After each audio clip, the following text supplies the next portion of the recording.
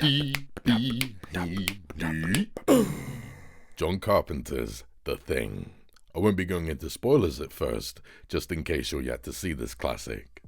So guys, I recently passed 1,000 subscribers here on my channel, so I decided to celebrate by talking about this masterpiece and introducing a new type of rating, but you gotta wait till the end of the video for that. This video is part 1 of 3 video reviews. This review of John Carpenter's The Thing, then I'll review the 2002 video game sequel, and then I'll review the dreaded 2011 prequel, which I do not see as canon. So let's get into the spoiler-free stuff. Set in a base in Antarctica, a group of men come face to face with a shape-shifting alien. This alien can assume the appearance of its victims, so the men turn against each other, because one of them, or more, is the Thing.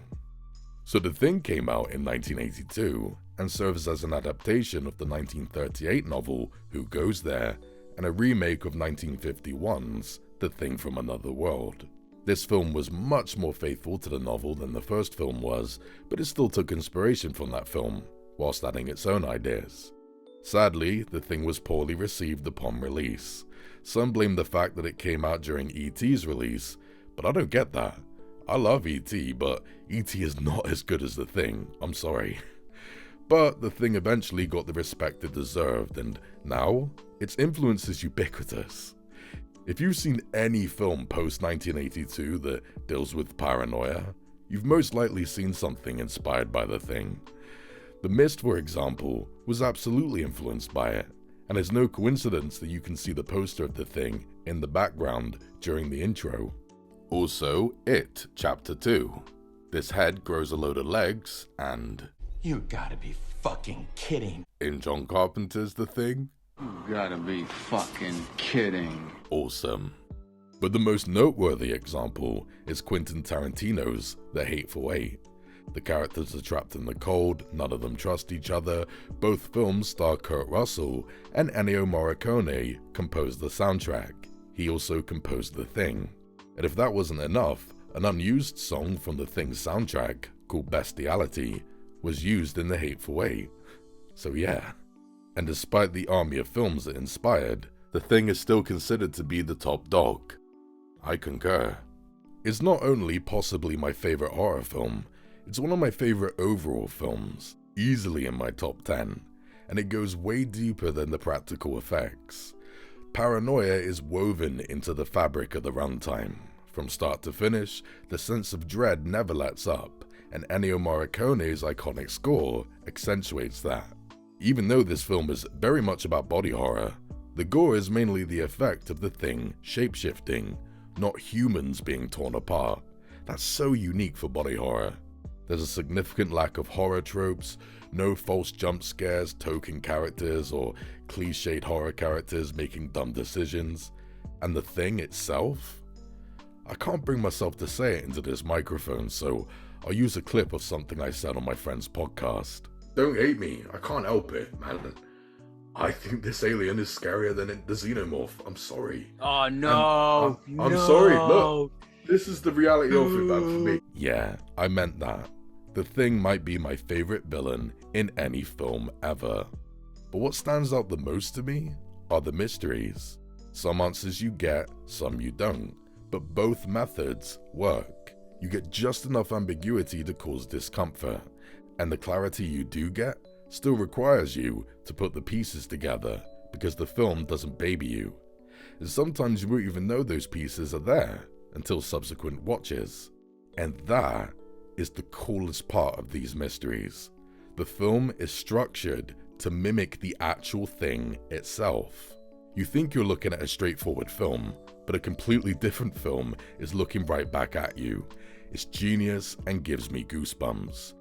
And if all that wasn't special enough, think about when this film was made.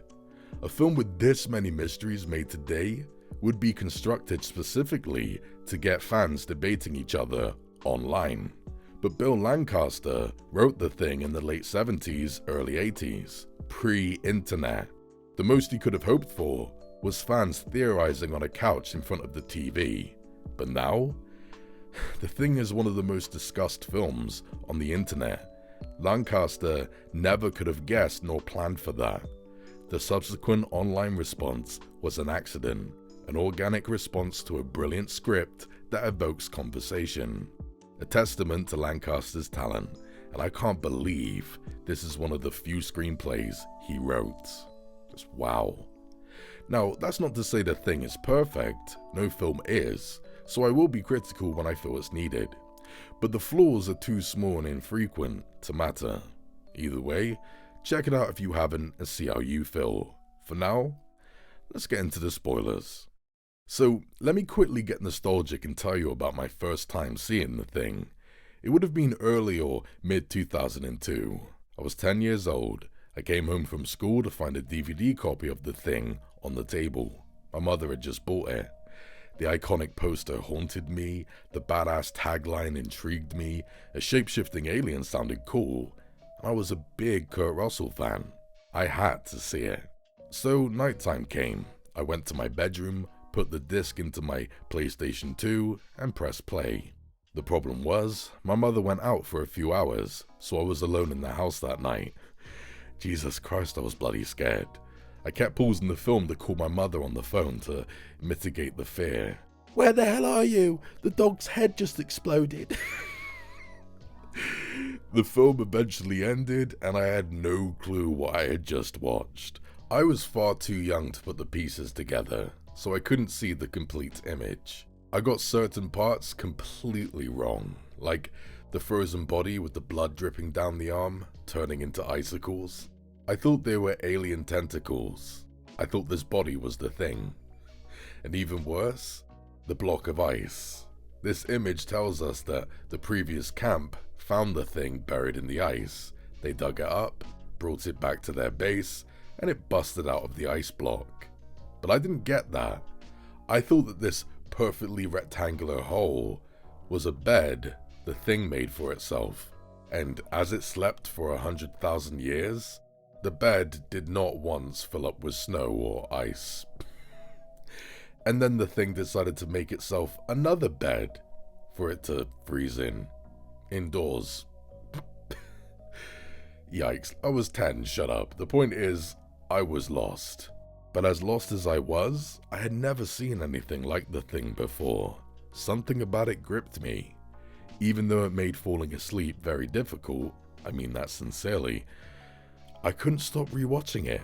The DVD disc pretty much lived in my PlayStation 2 for months. I ended up understanding it better as time went by, and I just fell in love with it. Not long later, the video game came out and it perfectly complemented my love for this film, but I'll talk more about that in the next video. Either way, it was a great scary time for me. Now, I'm 32 years old. Dumb question time. Has my appreciation dwindled? Well, let's see. So, we open with this quick shot of The Thing crashing on Earth. Now, it does kind of spoil the reveal later, but by simply using the technique of making the ship spiral out of control and possibly being on fire, it pulls us into the mystery. Did The Thing come to Earth by accident? Was it an emergency stop? Or is this just how the ship flies and The Thing did come here with intent, hoping to take over the world?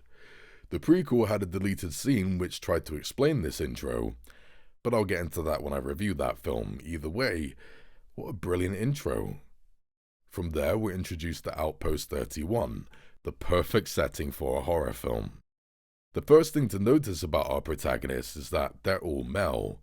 There are no women in this film, apart from the voice of MacReady's computer, voiced by John Carpenter's wife at the time.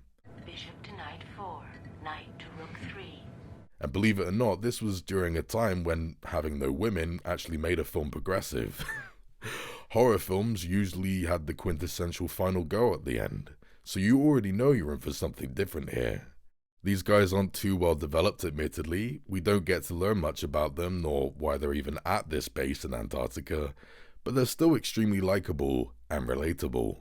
They speak like everyday people and have great chemistry. 5 minutes is enough to put a man over down here. I mean, look at Palm. He's been the way he is since the first day. And I love our introduction to MacReady. He plays chess with his computer and loses. Checkmate. Checkmate. cheating bitch. Without knowing it, we were just shown the third act of the film. MacReady will self-destruct if that's the only way to win. Anybody touches me, here we go. The attitude of, if I can't win, I'll take the winner down with me. I love that. On a quick side note, according to chess players online, that computer actually was cheating there. I can't confirm that because I don't know the rules, I don't play chess, but if that's true, that's funny, man. Either way, I'm never in a rush to get to the exciting horror scenes when our heroes are on screen.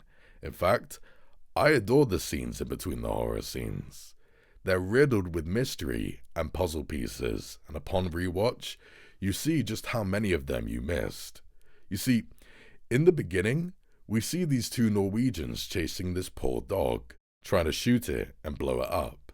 And assuming you're an animal fan like me, this is so sad. You feel so relieved when it reaches safety and when the Norwegian nutcases die. But already, just like our heroes, you've been duped by the thing. The monster is the dog, not these two Norwegians. And the signs were right in front of you. First of all... Okay, sorry. Let's watch that again with subtitles.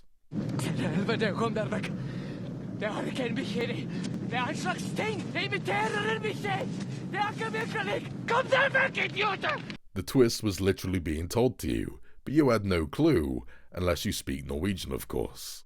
It's pretty ballsy of John Carpenter to do that, and on a quick side note, the dog licking Bennings here is foreshadowing that he'll eventually become the first person we see to get killed by the thing.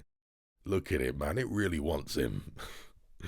Secondly, when the dog arrives, you think nothing of its condition, but not long after, they state how long it takes to fly to the Norwegian camp where the dog came from. An hour there, an hour back? Well, if it takes an hour to fly that distance, you can imagine how long it took the dog to run it. A dog would be exhausted.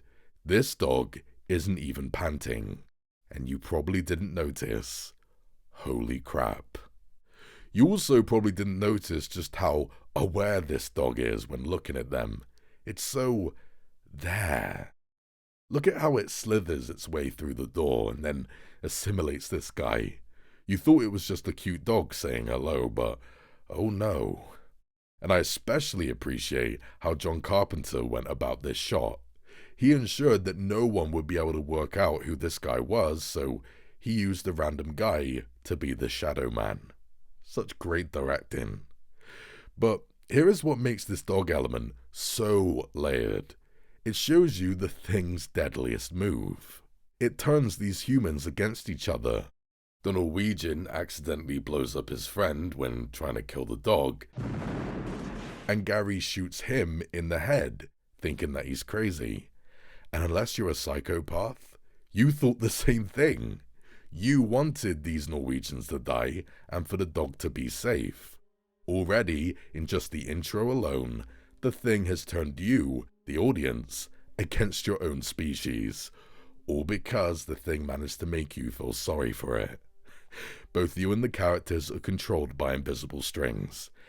And guess who the puppet master is? That is terrifying. These brilliant details continue when MacReady and Dr. Copper go to the Norwegian camp to find out why these guys went nuts. I adore this part, man. Real quick, I know the 2011 prequel explains all that happened at this Norwegian camp, but as I said at the start, I don't see that dreaded film as canon, so when I make some points that conflict with the prequel, it's because I don't buy what that film sold me. Hope you can understand. So, the Norwegian camp. One of the best techniques when writing horror is to show the effect of the villain before the villain. Think the space jockey from Alien, the skinned bodies from Predator, the House of Pain from Jeepers Creepers, the victims from Seven, Frank from Hellraiser, and I'm not even going to show them, but Martyrs. If you've seen that remarkable film, you know, but anyway, those examples show the audience what the villains are truly capable of before actually meeting them. It causes anticipation and shows us that the main characters are just another number in the long list of victims. It's real scary. And the thing uses that technique. Not just with the psychological state of the Norwegian in the opening scene, but also the Norwegian Camp. This place is a wreck and we soon learn why. These Norwegians were the first to discover the thing, but we're told this with non-linear pieces of exposition. Unless you're familiar with the novel or first film, you have no idea what this block of ice is, but later, you learn by putting the images together. They also find this bloody axe in the door, implying that one of the Norwegians snapped and went on a killing spree. The door is barricaded shut, so MacReady forces it open and they find the poor suicide victim. I'm gonna get graphic here, so skip 2 minutes ahead if this is triggering for you. This poor guy slit his own wrist and throat, so severely that he almost cut his own head off. It's awful. He clearly barricaded himself in here to escape something awful and then slit his wrist while standing by the door. But the axe-wielding maniac tried to break in here, so the poor guy sped up his suicide. These are great pieces of exposition for 4 reasons. 1, these images show us just how dangerous the thing is. It didn't just kill these guys, it made them snap psychologically and turn against each other. The fact that this alien can affect you on such a human level, it's terrifying. 2, you can understand now why that Norwegian guy was so erratic. He had seen some shit. 3, almost everything that happened here at the Norwegian camp ends up happening to our heroes. The thing disguised as a dog, a madman with an axe, another suicide victim, that is, if Fuchs burned himself to death, and by the end, they destroy their own base. Heck, there's even a part where someone axes a locked door, and on the other side is someone willing to kill themselves. Like before. History will repeat itself. It's great. But 4, the horror of this scene matches the rest of this movie. When you see the subsequent scenes with the thing, you can understand why this poor guy was so desperate to end his own life that he almost decapitated himself. So yes, these are great pieces of exposition, but here's the thing. None of this backstory was needed. Our heroes could have been the ones to find the ship and dig up the thing. In fact, that's what happened in both the novel and first film. Very straightforward. But Bill Lancaster complicated that by adding this previous camp backstory and telling it to us in non-linear pieces. But because Lancaster was one talented mofo, none of this feels like wasted time. It's scary as hell, it shows you just how deadly the thing is, and all of the ways it can meet you. The only thing missing here? I wish MacReady and Dr. Copper found paw prints leading back to Outpost 31. Seeing how the opening chase began would have been pretty dope. Oh well. After all of that build-up, we finally meet the thing. In simply one of the best horror scenes I've ever seen in my life. No jump scare, it just begins. Learning that this dog was the thing in disguise fucks with your head, but also your heart. You felt bad for one dog, but that dog wasn't a dog, and now you feel bad for 6 dogs. And sadly they are dogs. The dogs look terrified here, and it just kills me. And notice how the scene develops in unison with the thing. It just builds and builds and builds, and it's just not stopping. This is crazy, man. The effects are incredible, and for the first half of this, there's no music playing. It really does amplify the reality of the scene. This technique is used in some of the subsequent thing sequences as well, and I find it so unnerving. But the best part is how the scene ends. Childs is ready to burn the thing, but Burn it! Damn it, Charles, torch it! we think we're in for another horror trope. A character will die because they're too scared and stupid. But nope. You got us, John Carpenter. You got us. Notice that none of the characters die here. It proves that none of them were put here just to die. And notice that all of the characters were present to witness the thing, eliminating the typical "we don't believe you" segment. I love it. And when it's over, we finally get the quintessential exposition dump from Blair, explaining how the thing works. And after all of the breadcrumbs we've been following, it feels earned. We deserve to have some straightforward exposition for once. When this thing attacked our dogs, it tried to digest them, and in the process shape its own cells to imitate them. And just when things calm down, we learn there is still cellular activity in these burned remains. They're not dead yet. the bodies are still alive. The split-face monster they brought back from the Norwegian camp is still alive. We know now that simply burning the thing until it stops moving isn't enough. It has to be destroyed on a cellular level. We now get a better idea of what they're up against and how this alien is not like other movie aliens. Typical movie aliens are anthropomorphic, very similar to humans, but the thing doesn't suffer that fate. You expect a typical movie alien that has a true form, but can shapeshift and imitate other life forms, kind of what it was like in the book. But here, the thing's original form was this: an amoeba, a bacteria, germ, a single-celled organism. But this single-celled organism has the ability to make copies of itself by assimilating other cells and imitating them. One thing cell soon turns into loads of thing cells, all multiplying and spreading like a virus until it kills and takes over an entire organism. Then that organism attacks or infects another organism and takes that one over, and so on and so forth.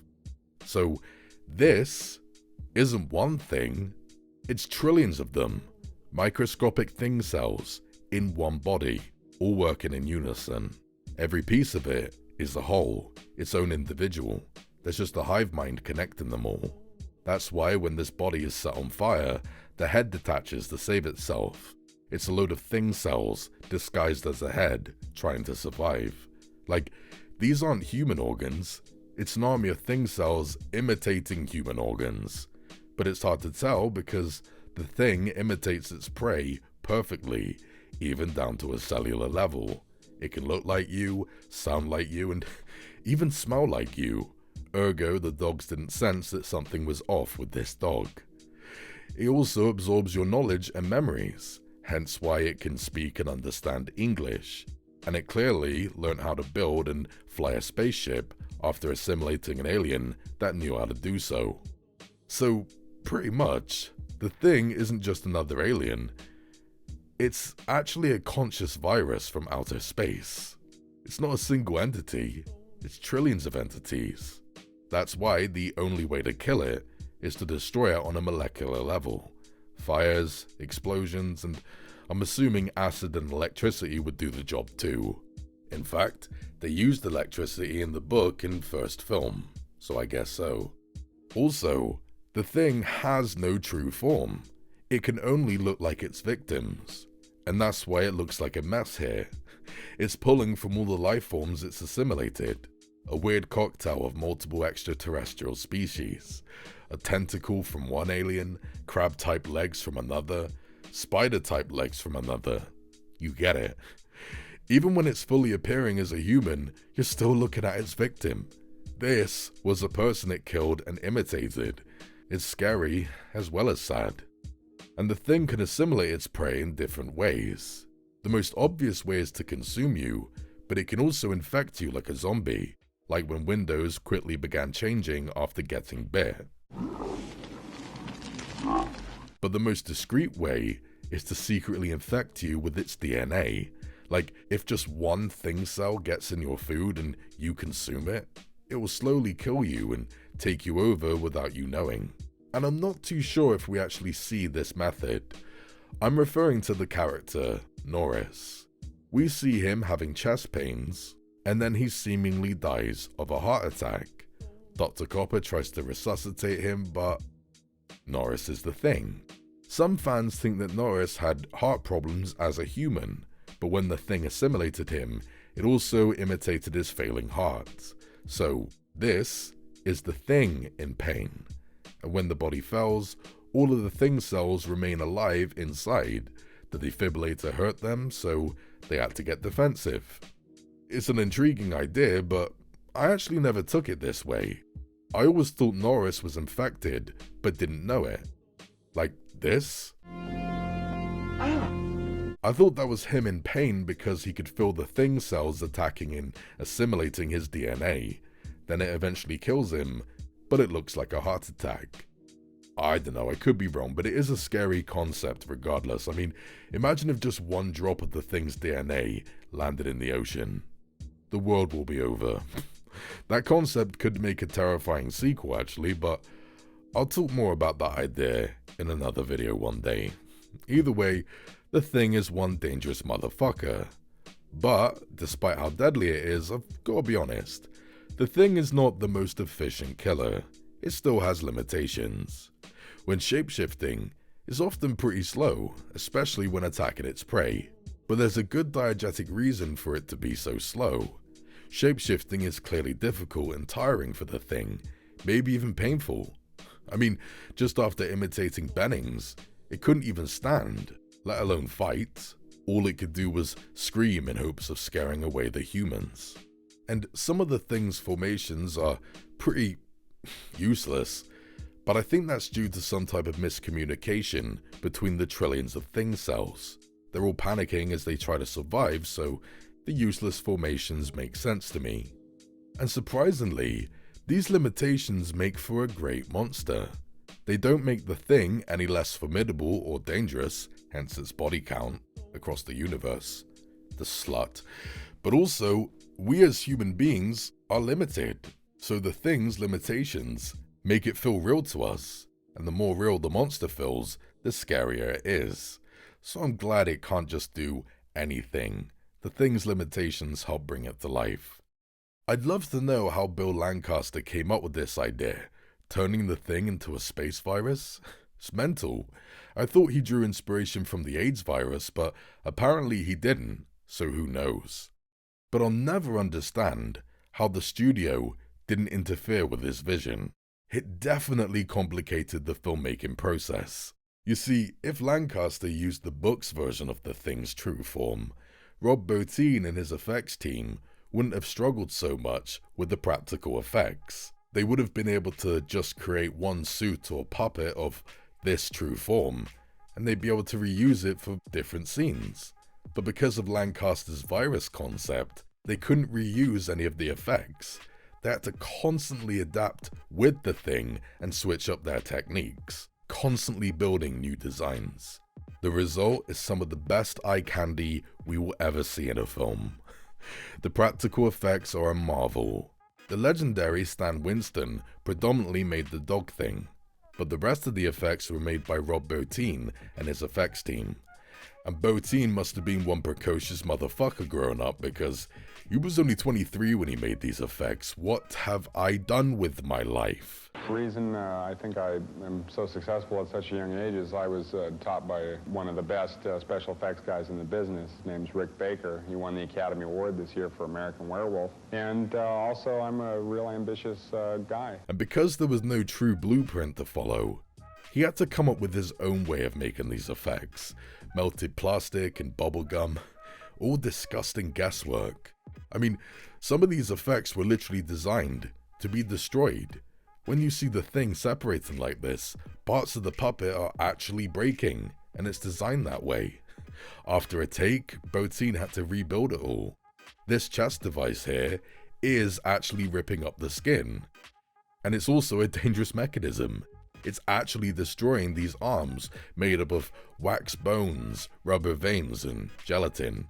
As a vegetarian, I don't appreciate that gelatin part, but I'll shut up. Either way, this is wild.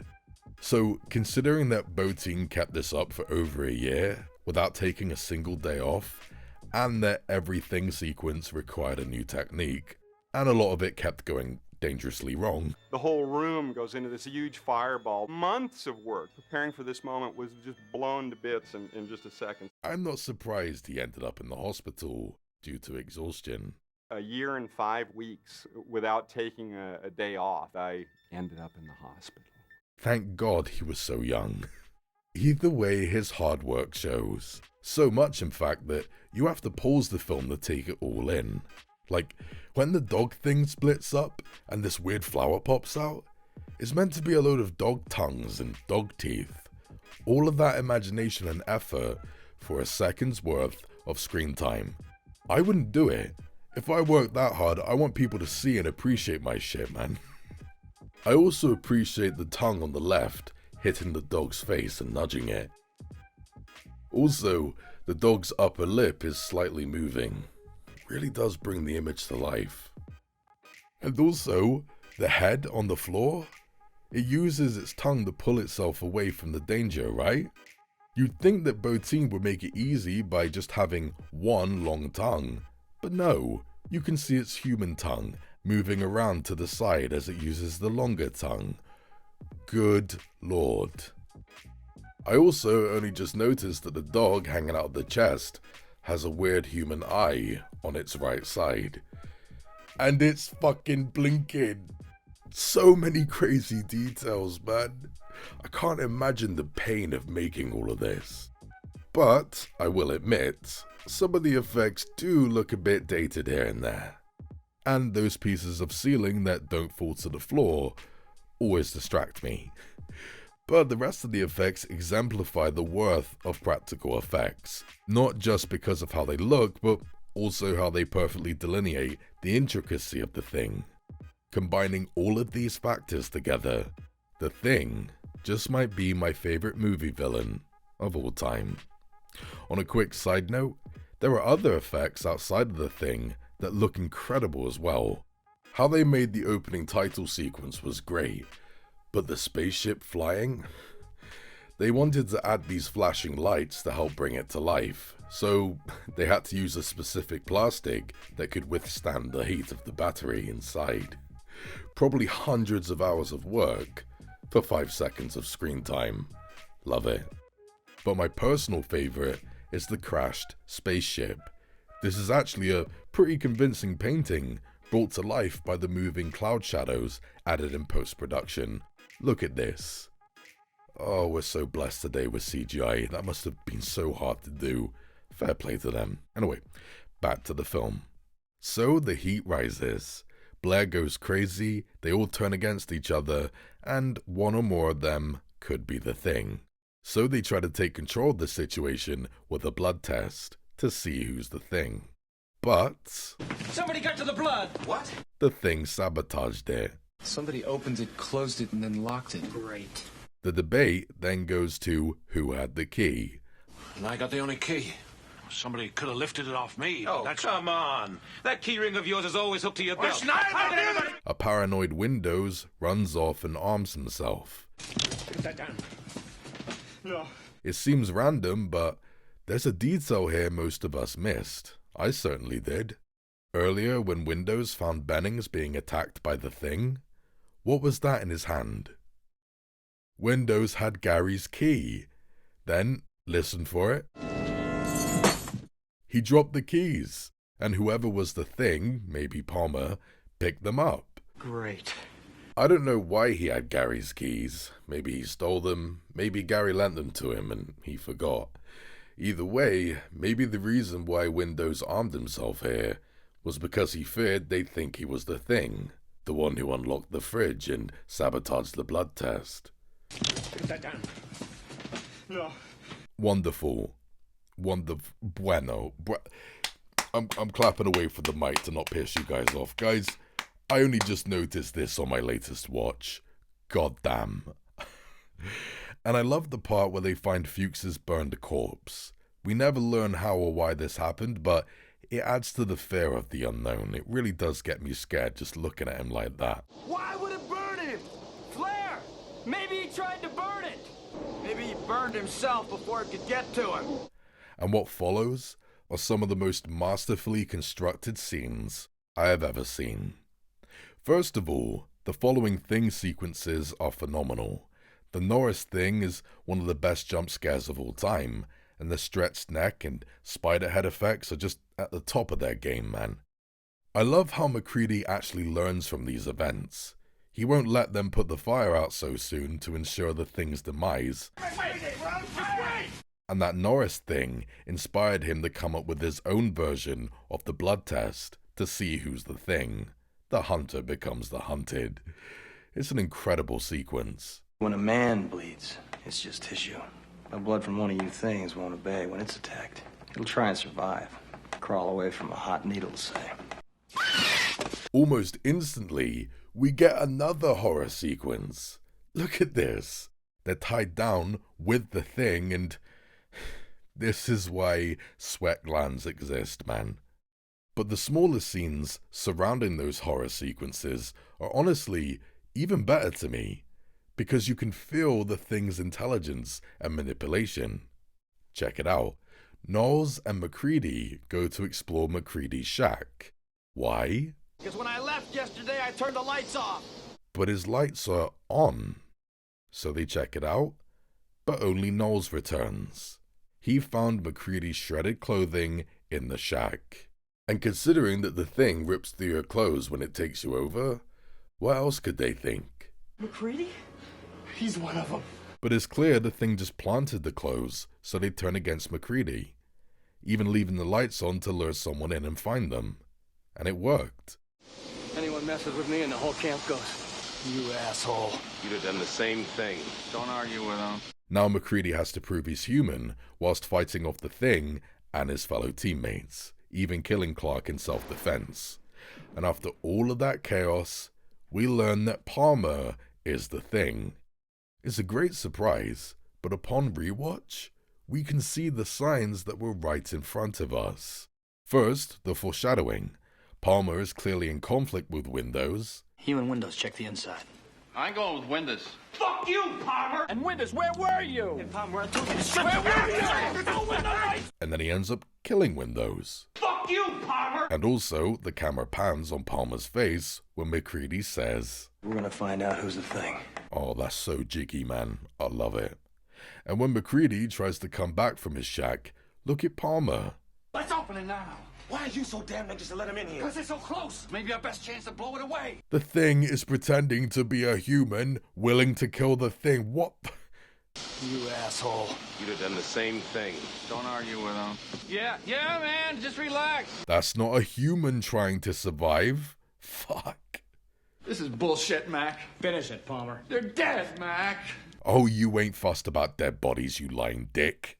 And when the head thing tries to escape, who draws attention to it? You gotta be fucking kidding. That line was funny.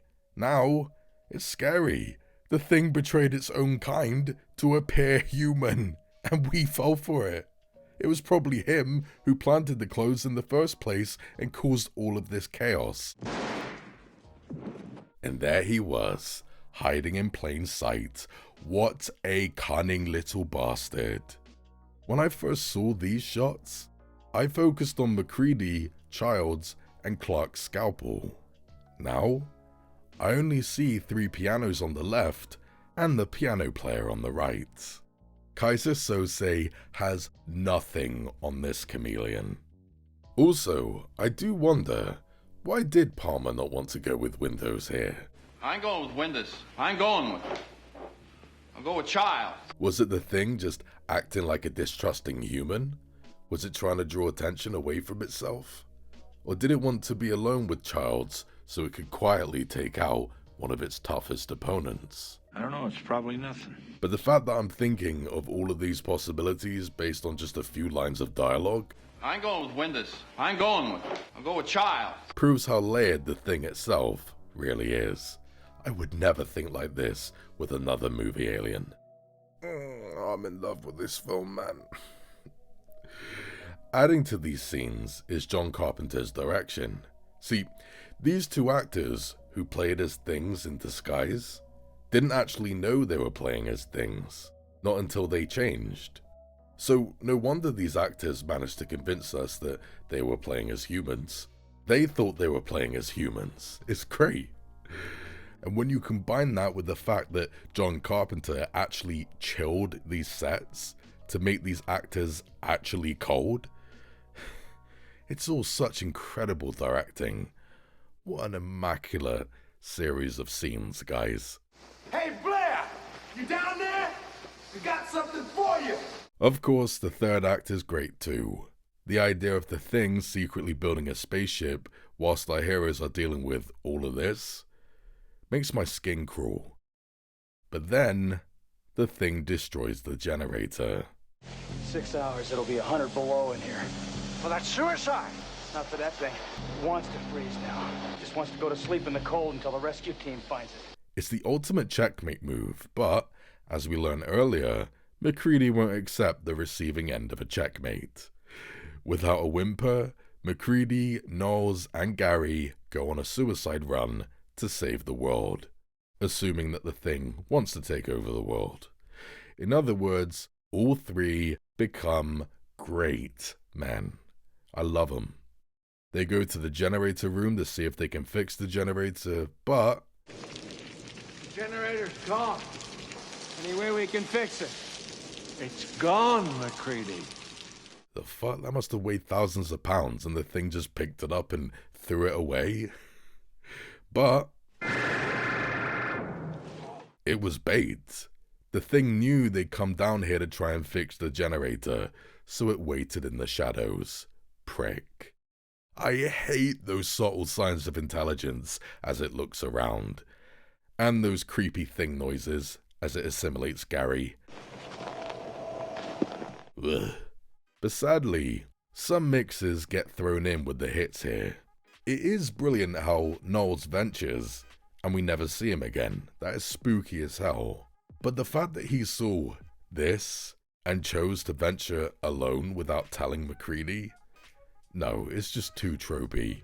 They could have fixed this easily by having the thing call for Knowles using Gary's voice after assimilating him. That would have been scary as shit, but oh well. Sadly, it continues. Of course, I love this climax. It's iconic. It looks incredible, it's very scary, and the stop motion effects hardly have any jank to them when it's busting out of the floor. It's so smooth. My problem is, the thing was mad quick when it was under the floorboards, but then when it pops up, it just stands still and pushes a dog halfway out of its chest. I know I said earlier I like its limitations, but I can't find any reason for it to be this way here, other than breaking the fourth wall and realizing that Rob Bottin couldn't make the big bastard run around this quickly above ground. That's the only reason why it's so slow here. This isn't the best way to say goodbye to the thing. I do wish we had something a bit more like the climax in the Terminator. Would have been much better. But I respect that they were pressed for time. It still looks fantastic, and this scene does leave a lasting impression, like it should. It really is creepy as fuck. Also, I'm so glad these stop motion shots were deleted. I respect the creativity and effort making this stuff as a nightmare, but even for 1982, this wasn't that convincing. So glad Carpenter cut it out. Then the ingenious final scene comes. MacReady and Childs are left alive, and we're left wondering if one of them is the thing. Now, I want to get a big gripe out of the way here. There is a small detail here that most of us missed. Watch close. I went out after him. Got lost in the storm.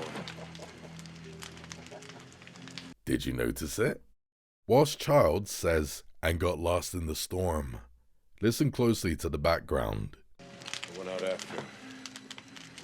Got lost in the storm. You can hear some weird distorted laughter in the background. Some think it's MacReady laughing, but no, it's clearly a weird pitch-shifted voice. So this is trying to imply that the thing somehow survived the blast and is now laughing in the background.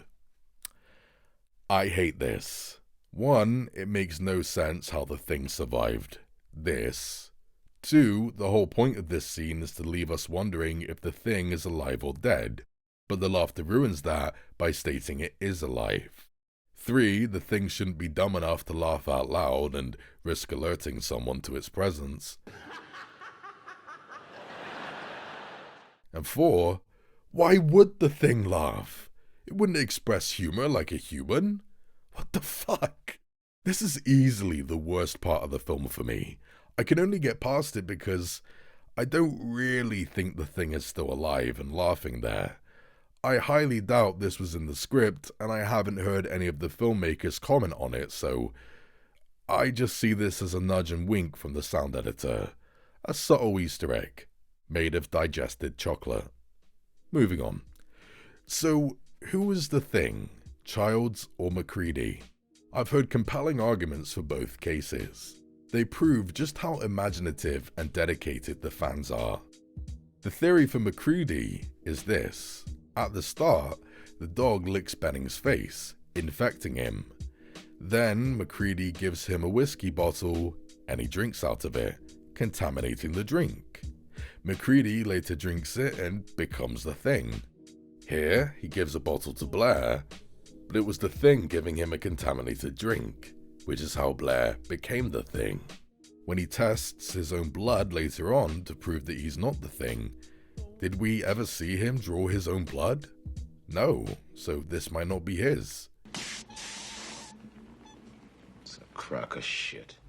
When he blows up the camp with the humans, that's not a man going on a suicide run, he's the Thing ensuring his enemy's demise. And at the end, he gives human Charles a contaminated bottle and watches him drink it. He then chuckles with victory. Again, I hate the Thing laughing like a human, but removing my personal tastes, I still don't buy this theory, as impressive as it is.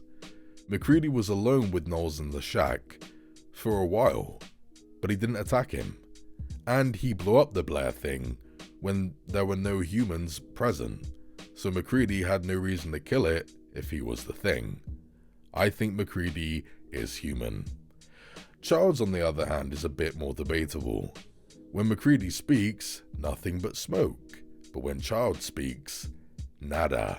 So maybe the Thing doesn't really breathe when speaking. Spooky idea. And even cooler is the theory of what might actually be in the bottle. Just a minute prior, you can see Molotov cocktails on the floor. McCready had filled up those bottles with gasoline. So maybe here, he wasn't about to drink alcohol, it was gasoline. He was going to kill himself because he thought that was a better way out than hypothermia. But Childs appears and interrupts him. McCready then decides to test Childs by giving him gasoline in an alcohol bottle. A human would spit it out in disgust, but Childs swallows it with ease, clearly not knowing the difference in taste. McCready laughs, knowing that he's face to face with the Thing and accepts that he's about to be killed. Or fight again. Either way, it's another cool idea. But again, I just don't buy it. I think Charles is human here. The lack of breath is obviously due to lighting. Heck, you can see his breath here. Also, the Thing does breathe out when imitating a human and speaking. How do I know that? Because of the Bennings thing earlier. Smokety smoke, smoke, smoke. So the lack of smoke doesn't really mean anything. Also, if you accept the 2011 prequel as canon, then yes, Childs is human. The prequel states that the Thing can't assimilate inorganic material, like piercings. Well, Childs has an earring. But the most obvious sign? If Childs was the Thing, he could have burned McCready with the flamethrower, or used that skin technique on him. But he doesn't. So, simply put guys, I think both of them are human. But I could be wrong. Either way, the fact that this is still debatable all this time later is official proof of how much of a great ending this is, and in keeping with the rest of the film.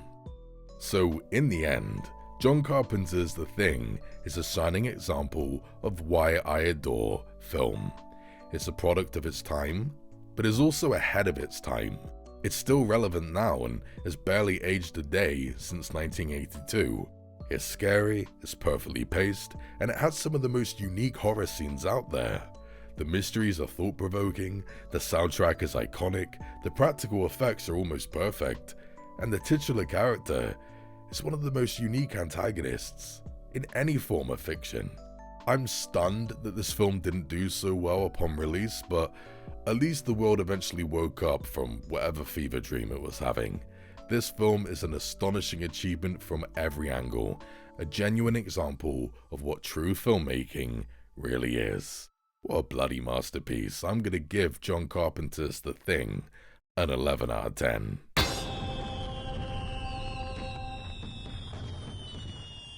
That's the first time I've given that rating since I started this channel 3.5 years ago. So cathartic, man.